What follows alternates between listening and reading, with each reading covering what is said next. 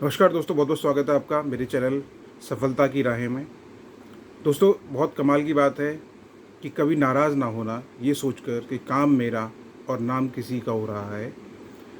काम मेरा नाम किसी का हो रहा है। दरअसल रीति चली आई कि बाती जलती है, घी जलता है, लेकिन लोग कहते हैं कि दीपक जल रहा है।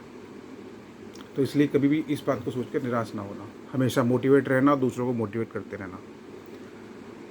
दुनिया में आप हमेशा रिसीवर के तौर पे ना रहें, प्रोवाइडर के तौर पे काम करें। जैसे एक बहुत मोटिवेशनल कहानी के तौर पे मैं आपको सुनाता हूँ। मोटिवेशनल कहानी में एक इंसान होता है जो हमेशा दूसरों पर डिपेंड रहता है। अपना उसके अंदर नॉलेज होती है, ज्ञान होता है, सब कुछ होता है, लेकिन वो हमेशा दूसरों पर डिपेंड रहता है। वो सेल्फ ओरिएंटेड नहीं हो पाता है, सेल्फ कॉन्फिडेंस नहीं हो पाता है, से नहीं काम कर पाता है। तो वो हमेशा दूसरों पर जो है वो डिपेंड रहता है, रिसीवर रहता है, नॉट ए प्रोवाइडर। तो एक समय की बात है कि वो जंगल में जा रहा होता है। जैसे जंगल में जाते हैं तो वो देखता है कि एक लोमड़ी होती है। उस लोमड़ी के दोनों के जो पीछे वाले जो दो पैर होते हैं वो ख़राब होते हैं। तो लोमड़ी जो होती है वो लंगड़ा लंगड़ा के चल रही होती है।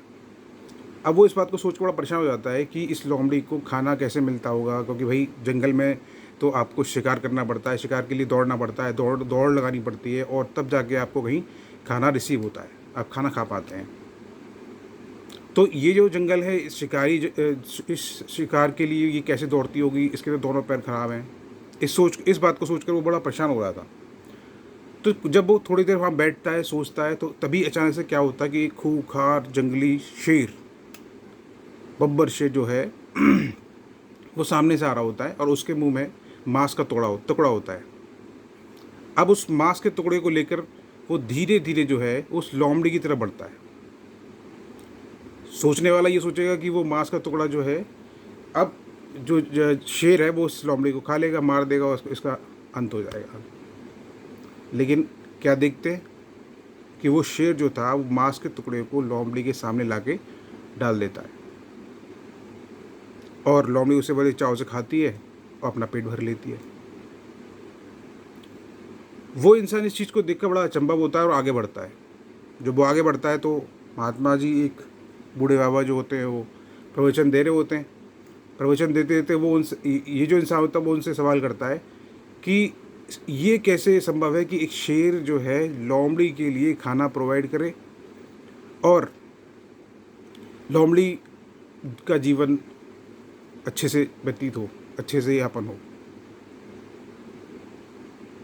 तब महात्मा जी ने बताया कि अपनी सोच को बदलिए, अपनी समझ को बदलिए।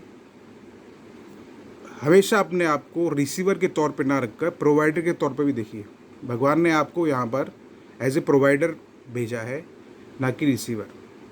अगर आप हमेशा रिसीवर के मोड में रहेंगे तो आप कैसे उन्नति करेंगे, कैसे सफल होंगे।